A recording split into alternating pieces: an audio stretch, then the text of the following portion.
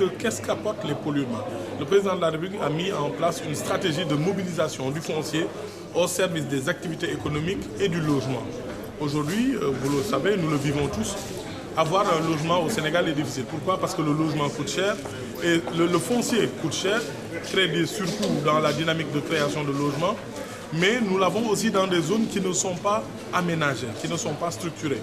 Donc le fait de mobiliser par les pôles urbains permet à l'État d'avoir une maîtrise des politiques d'aménagement, des zones d'habitation, d'assainir l'habitat et de faire en sorte qu'en définitive nos populations puissent s'installer dans des zones assainies, mais aussi à des prix abordables.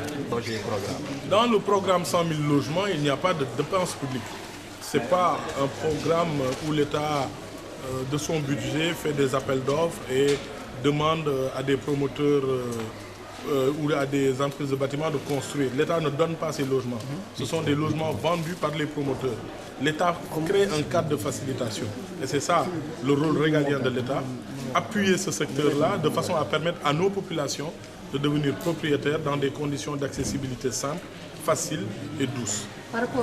Oui, nous avons, je pense qu'aujourd'hui, le fait qu'en 15 jours, qu'on ait plus de 120 000 inscrits en 15 jours sur la plateforme, donc on a déjà dépassé les objectifs des 5 prochaines années, montre que l'information est bien partagée et bien reçue. Maintenant, il faut faire des équilibres, je suis d'accord avec vous.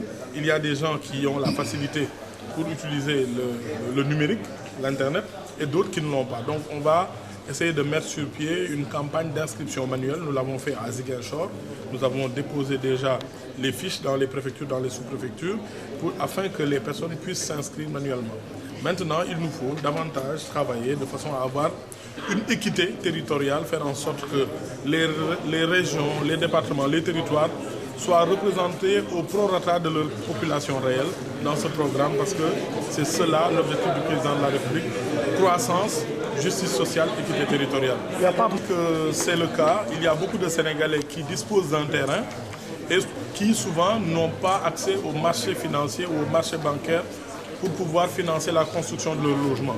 Et c'est un pan important des demandeurs de logement. Donc nous sommes en train de voir aussi, c'est quelque chose qui est mis à l'étude.